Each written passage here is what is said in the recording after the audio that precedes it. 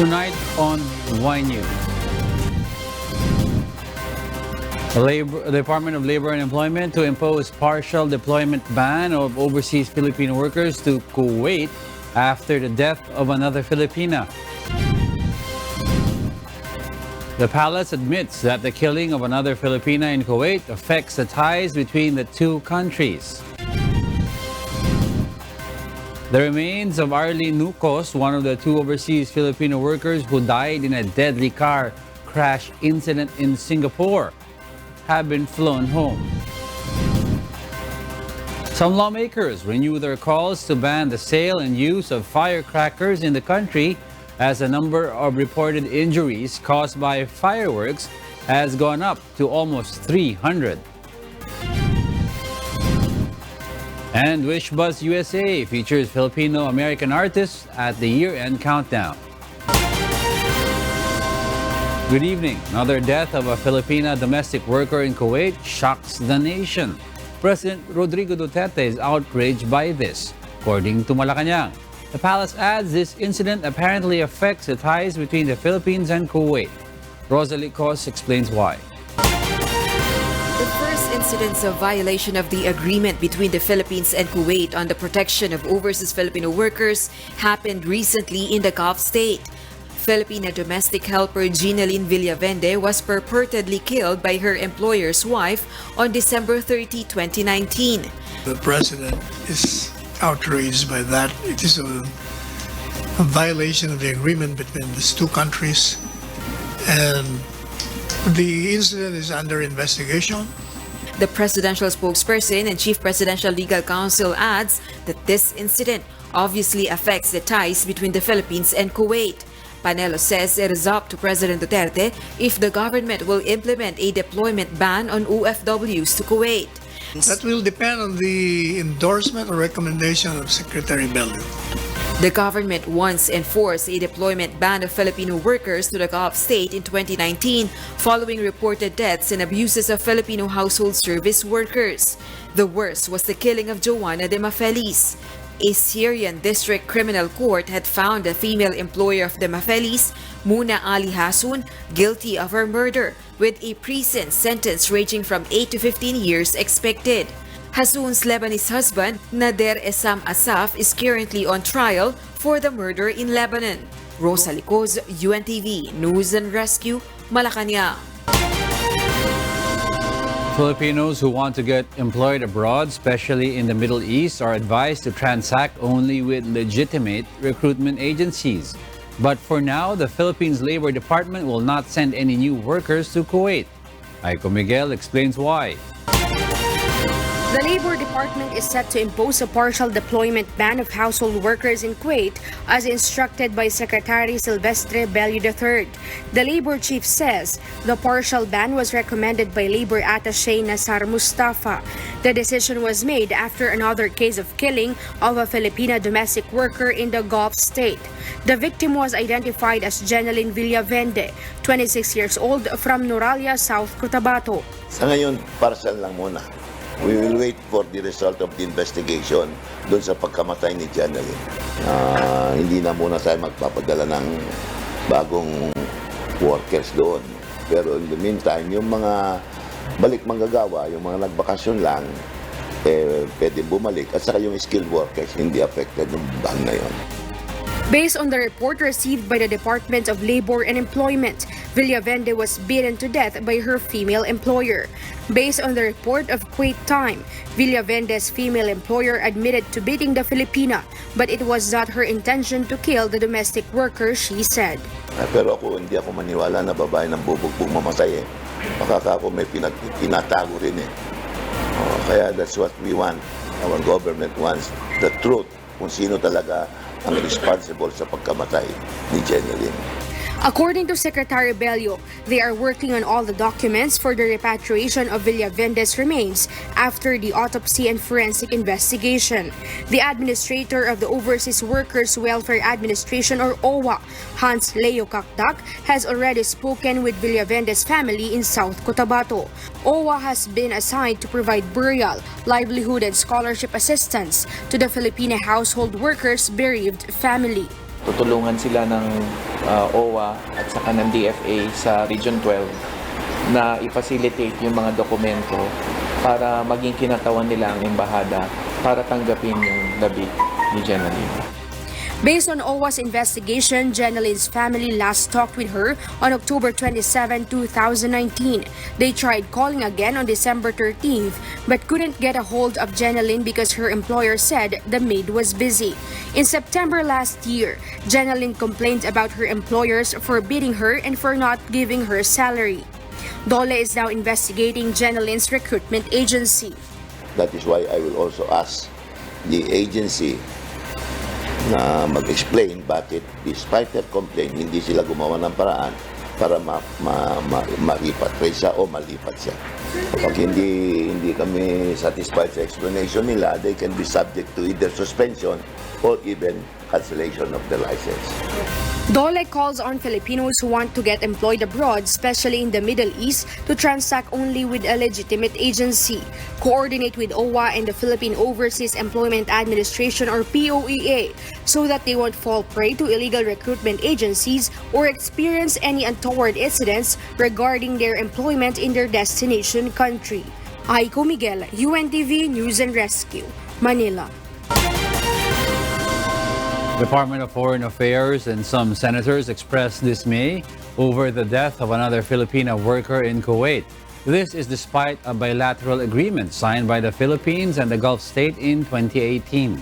Nel Maribuhok reports why. The Department of Foreign Affairs condemns the killing of another overseas Filipino worker in Kuwait, purportedly by the employer's wife. The DFA has summoned the Kuwaiti ambassador in Manila to express the Philippine government's outrage over what the DFA calls a seeming lack of protection of domestic workers at the hands of their employers.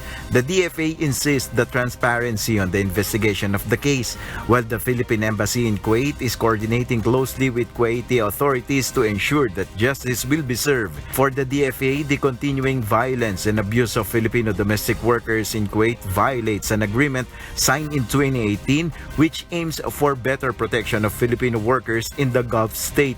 DFA Secretary Teodoro Locsin Jr. in a tweet expresses his stand, an eye for an eye, a life for a life. He said Middle East employers should not feel that they own the OFW after Filipino recruiters and agents' extortion. Senator Christopher Bongo meanwhile promises to help in achieving justice for the death of the Filipino worker and to fast-track the transportation of the remains of the Filipino domestic worker to the Philippines. Senator Go also confirms that President Rodrigo Duterte has plans to visit Kuwait, but because of the incident, it may not proceed.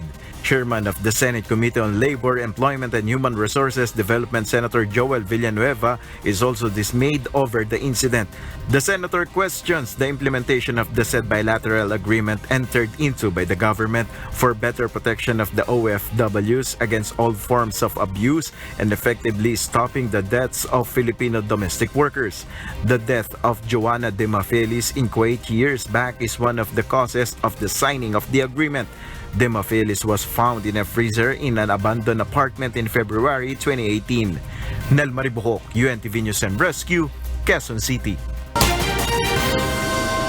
The remains of one of the two overseas Filipino workers who died in a deadly car crash incident in Singapore have been brought to her hometown in La Union.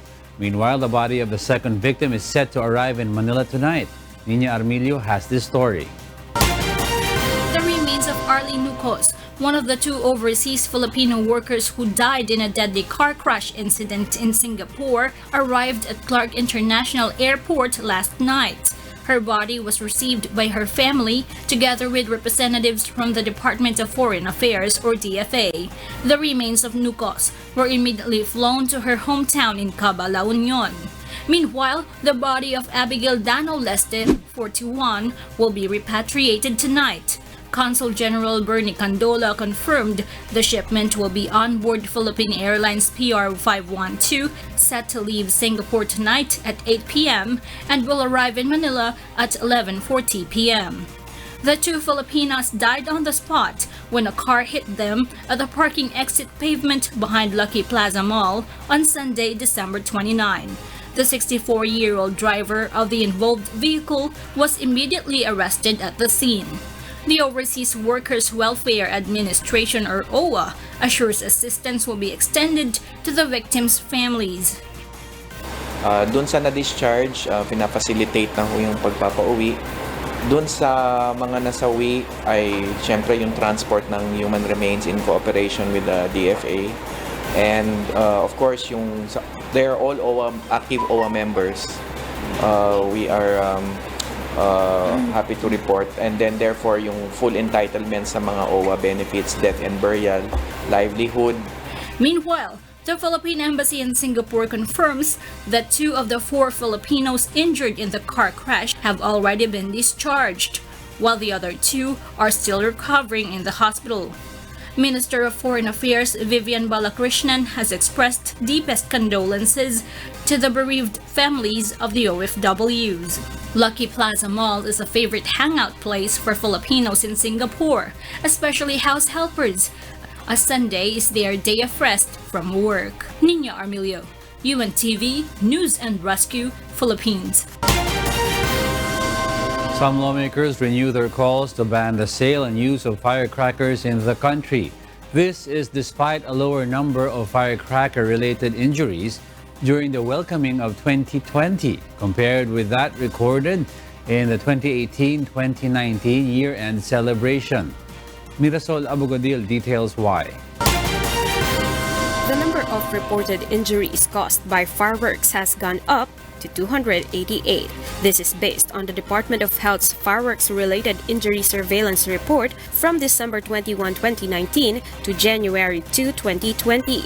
This new figure, however, remains to be lower than the number of cases in the same report in 2018. Over half of the reported injuries, or 143, happened in the National Capital Region. It is followed by Western Visayas with 29, Ilocos Region with 26, and Calabar Zone with 22. 7 in 10 victims of firecrackers are male, or a total of 201. Due to this, Senator Sherwin Gatchalian renews his call to ban the sale and use of firecrackers in the country. Senator Gatchalian in a statement says a firecracker ban will accelerate the decline in New Year celebration-related injuries and air pollution levels. The Health Department notes that legal firecrackers cost 69% of all injuries. The DOH has earlier stressed that all firecrackers and fireworks, including the legal ones, can cause injuries. Banning the sale and use of these firecrackers and other pyrotechnic devices can help achieve the target of zero casualty. Senator Gatchalian filed in July 2019 Senate Bill 724, or an act banning the sale, distribution, and use of firecrackers and other pyrotechnic devices, which in effect repeals inconsistent provisions in RA 7183, an act regulating the sale, manufacture, distribution, and use of firecrackers. Under the proposed measure, entities who want to conduct fireworks display need to secure a special permit from the Philippine National Police Fireworks and Explosives Office. Upon presentation of the permit, the LGU will designate an area where the fireworks display will be held. The bill also requires technically equipped professionals to handle the fireworks. Senate President Vicente Soto III has also filed Senate Bill 493, or the Firecrackers Ban Act, seeking to institutionalize President Rodrigo Duterte's Executive Order No. 28. The EO, issued in 2017, orders the limited use of firecrackers to community fireworks display, as well as stricter regulation of all uncontrolled and unregulated firecrackers and similar devices. Soto's bill seeks to prohibit the unsupervised use of firecrackers, regardless of the occasion. It also wants to require those who want to use fireworks in designated areas to secure permits from local government units. The bills on firecracker ban remain pending at the committee level. Mirasol Abogadil, UNTV, News and Rescue. Welcome back to Y News. We pick up to where Angelo Castro III left off. I am Alex Baltazar, and here are the headlines. Piles of garbage remain uncollected on Boracay Island. The Department of Environment and Natural Resources pushes for the establishment of additional sanitary landfills across the country. New motorcycle taxi service Joyride denies links to the Duterte administration in bid to rival angkas. Malacanang confirms banning U.S. Senator Edward Markey from entering the country as a pushback against calls for the release of Senator Laila de Lima. President Rodrigo Duterte appoints East Mincom Commander Lieutenant General Filimon Santos Jr. as the next AFP Chief of Staff.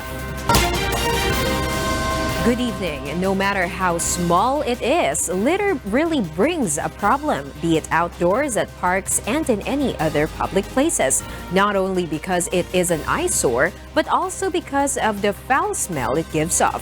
On Boracay Island, such is the woe of residents and stakeholders these days. Ray Pelayo tells us why.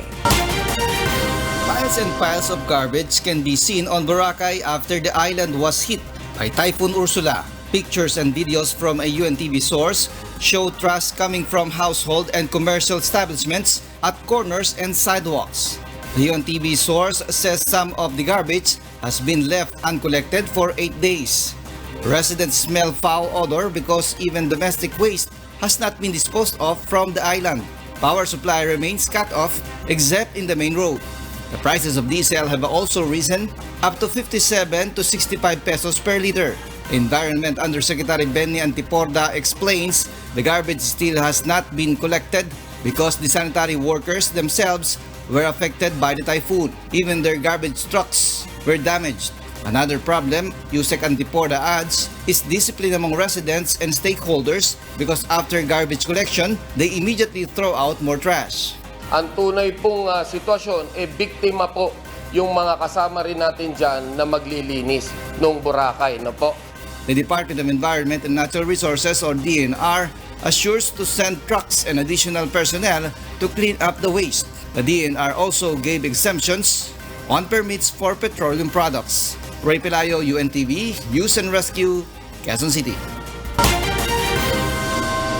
We have an update on that story. Just this afternoon, different volunteer groups joined together to clean up the days-old waste on Boracay.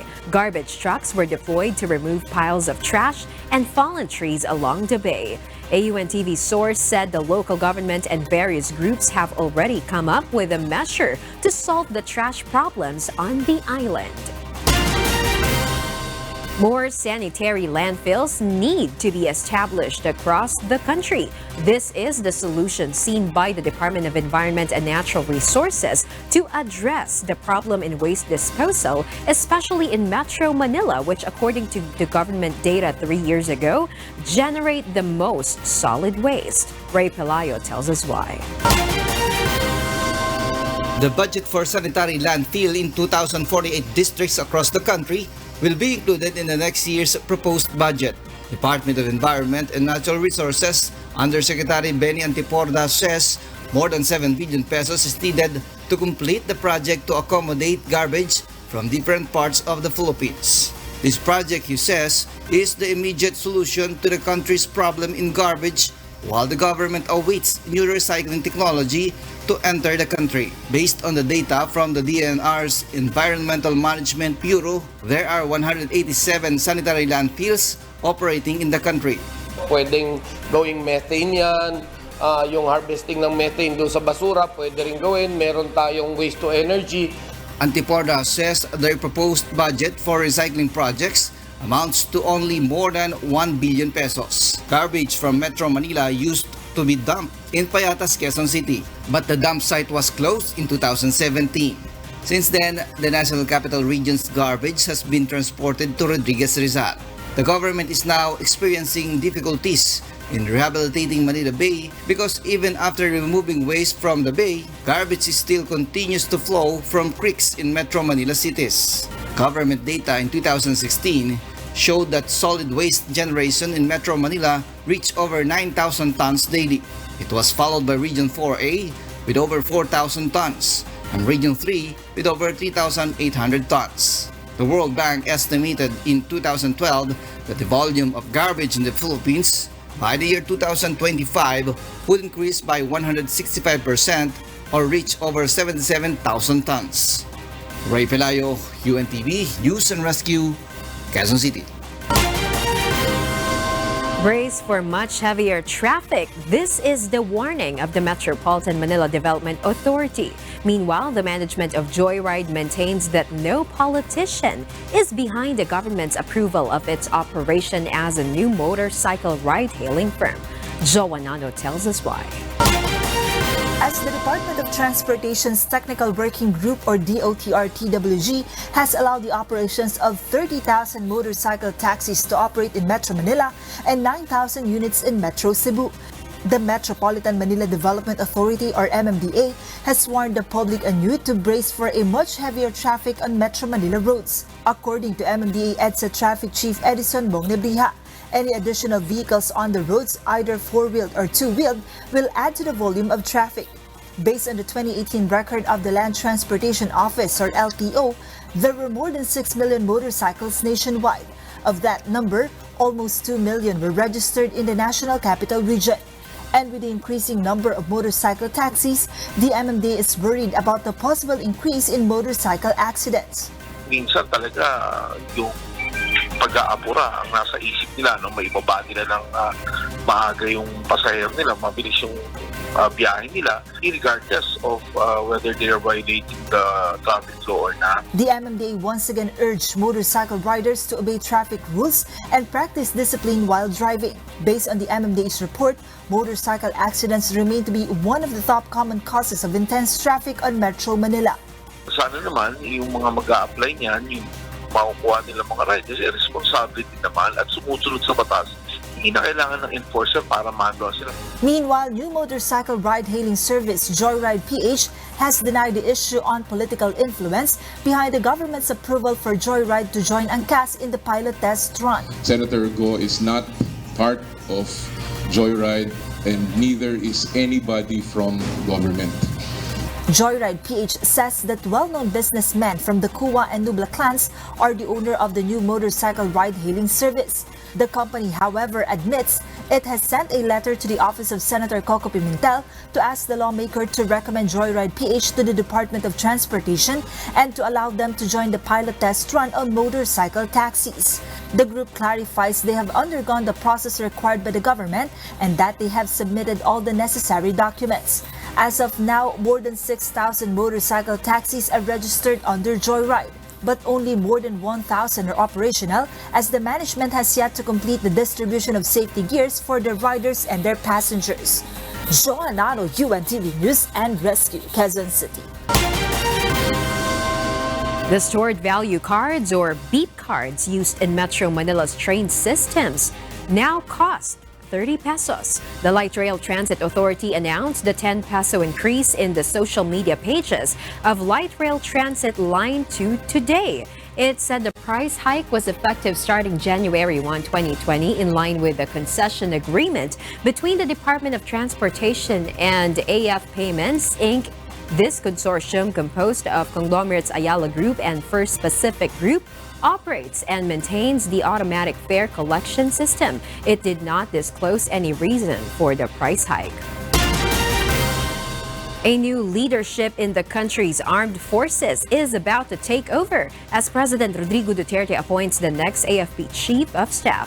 Get to know more about the incoming AFP Chief as Harleen Delgado reports.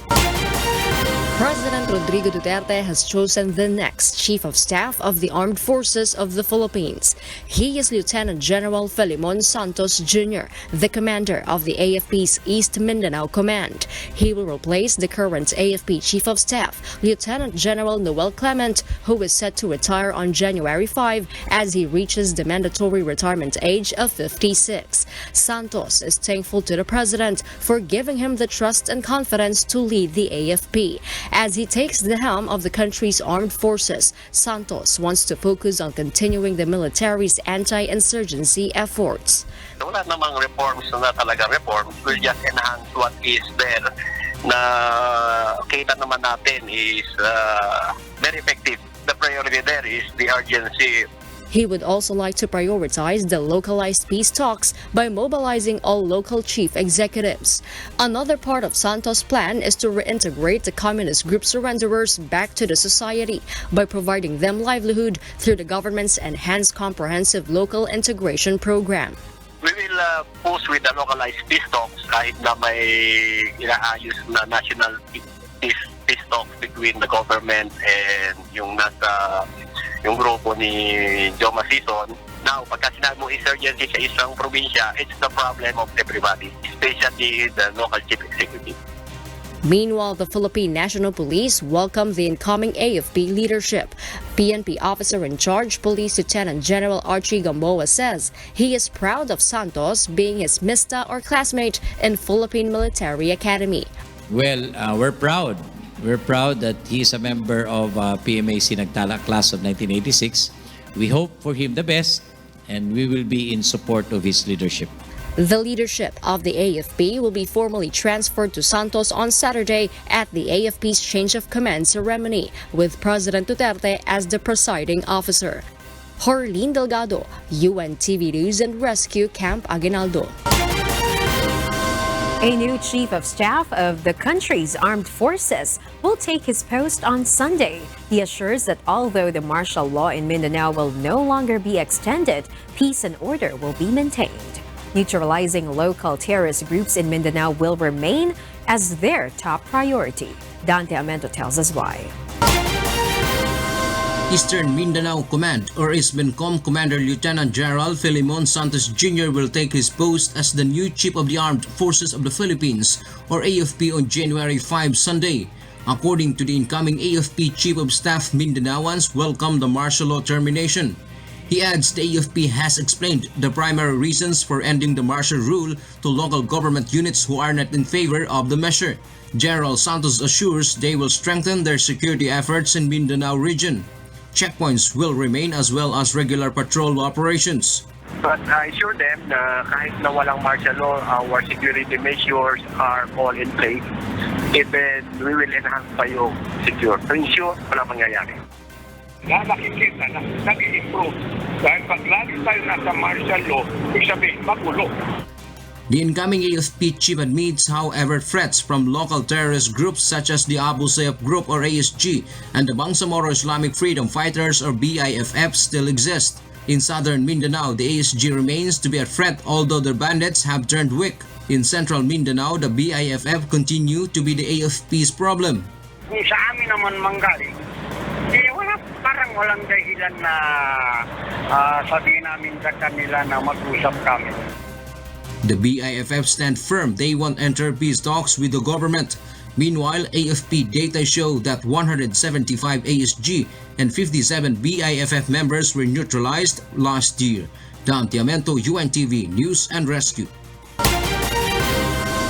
Ampatuan massacre murder convict Andal Ampatuan Jr. appeals his conviction by the local court. He filed a notice of appeal Thursday with the Quezon City Regional Trial Court Branch 221, which means he will be appealing the case directly to the Court of Appeals. 3 other convicts, Anwar Ampatuan Sr. and his sons Anwar Sahid and Anwar Jr., seek reconsideration of the court's December 19 decision. They insisted the court erred in convicting them over the killings, citing supposed loopholes in the testimonies of the witnesses. Meanwhile, Zaldi Ampatuan is requesting to be transferred to the New Bilibid Prison Infirmary due to his health condition, which according to him requires rigorous medication and follow-up consultations.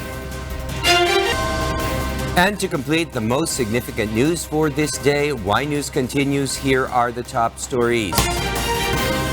Interior and Local Government Secretary Eduardo Año admits the Ninja Cops controversy affected President Rodrigo Duterte in choosing the PNP's next chief. Meanwhile, the present officer in charge of the Philippine National Police will remain in his post as Secretary Año supervises the police force. Harleen Delgado explains why. The Philippine National Police have not been led by a chief for months since the resignation of Oscar Albayalde amid the Ninja Cops controversy. Until now, the president has yet to make up his mind on who will take the helm of the PNP. In the meantime, the President orders Interior and Local Government Secretary Eduardo Año to handle and fix the 190,000-strong police force. Año admits the President was disappointed because of the issue, which prompted his decision not to appoint a new PNP head yet. However, the Secretary clarifies the President's order for him to supervise the PNP is not a form of punishment to the police. Talagang na-disappoint siya doon sa nangyari doon kasi sabi nga ng Pangulo, he has given everything to the PNP, including doubling the salary of the police officers, and yet mayroon pa rin mga police na gumagawa ng ganito. The Secretary says the President's directive include installing discipline in policemen akin to that in the military. Ang gusto niya na ang police kapag nakikita ng publiko, nagkukuman ng respect at trust at feeling safe ang mga tao. Hindi yung pag makita mo yung police, iba yung isipin mo. Meanwhile, PNP officer in charge, Police Lieutenant General Archie Gamboa clarifies he will remain as the PNP OIC. Gamboa explains Año has been supervising the PNP ever since, as he is also the chairman of the National Police Commission or NAPOLCOM. Gamboa says his authority and power as the PNP OIC remain unless withdrawn by the NAPOLCOM. Dati naman meron talagang authority ang National Police Commission through its chairman to review all my actions given that I only have a limited capacity. Within their authority to review it, nasabihin mali itong ginawa mo. The powers vested by NAPOLCOM in Gamboa include the authority to sign procurement contracts of the PNP. When asked about their take on the recent order of President Duterte to Secretary Año, PNP OIC Gamboa answers, mahirap basahin at mahirap mag-conclude based on the statements of the President. No? We can understand that he is still on the process of choosing who the next chief PNP would be. Harleen Delgado, UNTV News and Rescue, Camp Crame. Meanwhile, Malacanang confirms President Rodrigo Duterte is not feeling well today. For this reason, his public engagements scheduled for today were postponed for tomorrow. However, the palace says the president is doing fine and he just needs to take a rest. Mas mahal siguro pakiramdam. Ordinary naman yun. Kahit ako, mas mapakinamdam ko kaya. Malacanang confirms Massachusetts Senator Edward Markey is banned from entering the Philippines for calling the release of detained Senator Laila de Lima. The Philippine government has initially prohibited the entry to the country of Democrat Senators Dick Durbin and Patrick Leahy. Durbin and Leahy authorized the resolution which calls for Senator de Lima's release, as well as the U.S. entry ban on Philippine government officials involved in the detention of the lady senator. The palace is still unsure, however, if President Rodrigo Duterte will also ban the entry of other U.S. senators who sponsored the said resolution. Kasi lumabas sa, parang lumalabas sa mga news items na very strong endorsement ni Markey. And for the news abroad, the death toll from the bushfires in Australia have risen to 17 as thousands of residents seek shelter from the worst fire calamity that hit the country. Nina Bascon details why. One more person has died in Australia due to the bushfires raging in the country's southeast, taking the death toll since October to 17, while thousands of people were getting ready to evacuate from affected areas. Another person has been reported missing in the neighboring state of New South Wales, the worst affected by the fire, where 15 people have died in the bushfires in the last few months, including 7 since Monday. One other death has been recorded in South Australia. Authorities have ordered the evacuation of many areas in southern New South Wales before Saturday, when the conditions are expected to get worse. Firefighters urged tourists to leave from the southern coast of New South Wales before it was too late, warning of dangerous conditions on Saturday with temperatures above 40 degrees Celsius combined with strong winds. Authorities in the state where around 3.6 million hectares of forests, or 70% of the total area destroyed nationwide, have been burned, have also ordered the evacuation of the Kosciuszko National Park due to the proximity of a bushfire which has raged 130,000 hectares of land. In Victoria, the military has been deployed for the air and sea evacuation of around 4,000 people trapped at a beach in Malakuta, a popular tourist resort town. Australian Defence Minister Linda Reynolds said that Navy personnel were providing support to communities isolated near Malakuta. Victoria authorities said that they expected to carry out air evacuations currently hindered by the smoke by the evening and sea evacuations on Friday. Nina Bascon, UNTV News and Rescue, Australia. Meanwhile, Hong Kong's protesters have welcomed the new decade via a New Year's Day rally with tens of thousands joining a pro-democracy march. Though the gathering was largely peaceful, hundreds were arrested as violence broke out in some areas. Stephanie C. reports why. Hong Kong police arrested about 400 people on charges of illegal assembly and possession of arms during an anti-government march organizers said was attended by more than 1 million people. Hong Kongers came out en masse Wednesday for a march organizers had to eventually cancel following police orders, leading to clashes between police and the more radical protesters. Although permission for the demonstration had been granted, police urged organizers, the Civil Human Rights Front, to end the procession 3 hours after it started, arguing some protesters had begun throwing stones and Molotov cocktails and burning shops and banks. Trouble started when activists vandalized a branch of banking giant HSBC, which led to police cracking down on them with tear gas, local media outlets reported. Other protesters in the front columns of the march formed human chains, seemingly unwilling to go away, leading to further clashes with police that ended in arrests. Away from the clashes, thousands marched peacefully to urge citizens of the former British colony to keep protests alive in 2020 and remind the government of the pro-democracy movement's demands through placards and slogans. Demands include that direct universal suffrage to elect a chief executive and other representatives be granted, that almost 6,000 detainees be freed, that protests not to be considered unrest, and that an independent investigation be launched into alleged police brutality.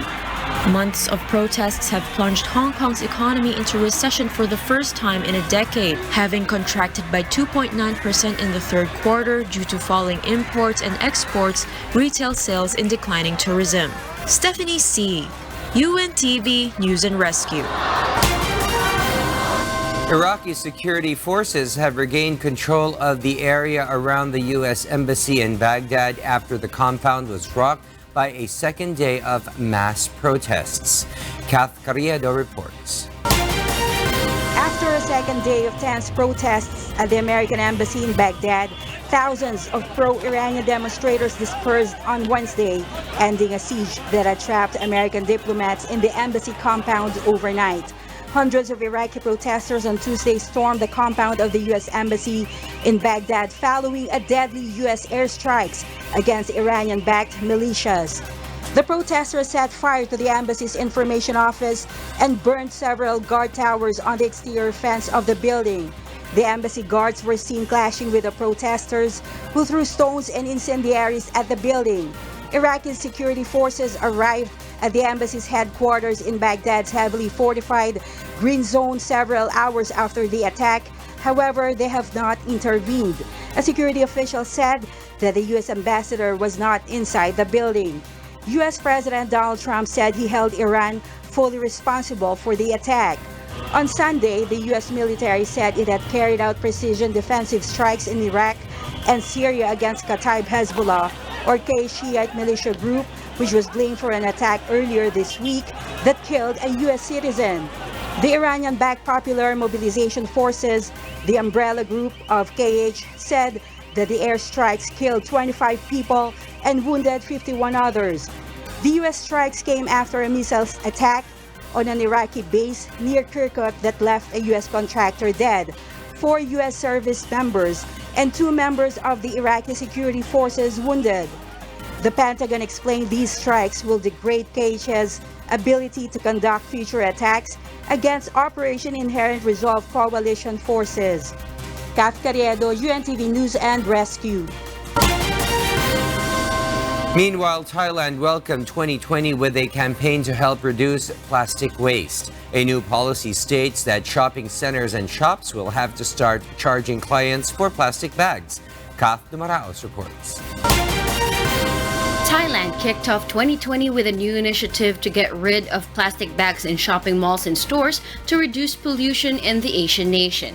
The Thai government plans to replace the polluting material with cloth bags. However, some stores in the capital Bangkok were still offering out plastic bags despite some customers coming prepared with their own carrier. In the coming years, Thailand's Pollution Control Department plans to eliminate the use of plastic straws, cups, and polystyrene lunch boxes. For months, some of the larger shopping malls in the country have campaigned in favor of reducing single-use plastics, which have shot up in recent years due in part to the increase in food delivery services. There is a growing awareness among Thais about plastic contamination in the country's natural areas and beaches, where it's affecting wildlife.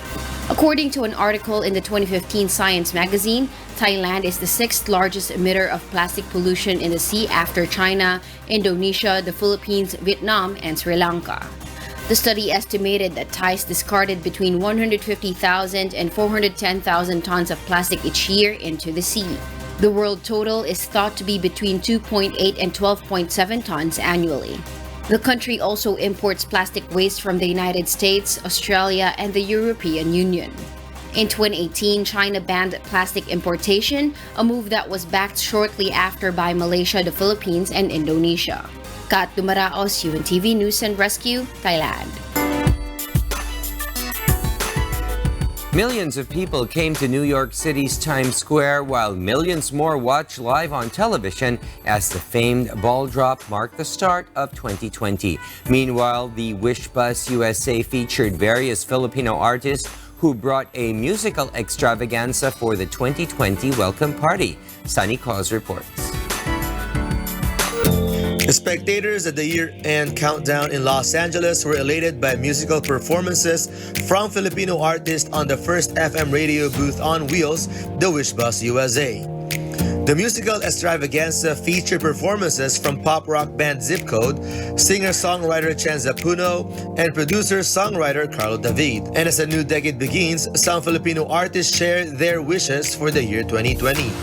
My wish for the coming year, 2020, is for Wish to be more successful. I'm looking forward to performing more here in the US this year and planning to really streamline what I'm going to be doing with my career. I'm very excited to be performing here at the Wish USA event because it's my very first time, and I'm very excited to also keep working with them in 2020. And for this project, I think it's very great that we are doing this tonight. It's because we're showcasing talent from not only for Filipinos but for also people all over the USA. Meanwhile, a deafening cheer rose from crowds of millions as the dazzling 12-foot diameter ball covered in 2,688 Waterford crystal triangles finished its descent at the stroke of midnight, marking the beginning of the year 2020 on the East Coast. The Feast of Music included performances from Post Malone, BTS, Sam Hunt, and Alanis Morissette. As the clock struck 12, more than 1,300 kilograms of confetti that contained the wishes of those who visited Times Square was dropped. I expect to have more job, but also more time for being with my family and enjoy this kind of experience. My fondest memory of 2019 was when my daughter got married. My daughter got married just recently, and it was a very blessed memory for 2019, one that will last forever. Traveling to new places. In Florida and Texas, families spent their time gazing up the sky to witness fireworks display and also enjoying family-oriented parties. Fireworks display lit the sky throughout Canada, from Grande Prairie to Montreal. Outdoor concerts were held for the city residents despite the cold weather. Sonicos UNTV News and Rescue, Hollywood, USA. And those are the reasons behind the news this January 2nd, 2020. On behalf of Alex Baltazar and Angelo Castro III, I am William Theo. And before we close, we will recap with today's significant soundbites. Because we need to know, we will always ask why. Good evening. The President is outraged by that. It is a violation of the agreement between these two countries. And the incident is under investigation. Hindi na muna tayo magpapadala ng bagong workers doon. Pero in the meantime, yung mga balik manggagawa, yung mga nagbakasyon lang, pwede bumalik. At saka yung skilled workers, hindi affected ng ban na yun. We will push with the localized peace talks kahit na may inaayos na national peace talks between the government and yung grupo ni Joe Masiton.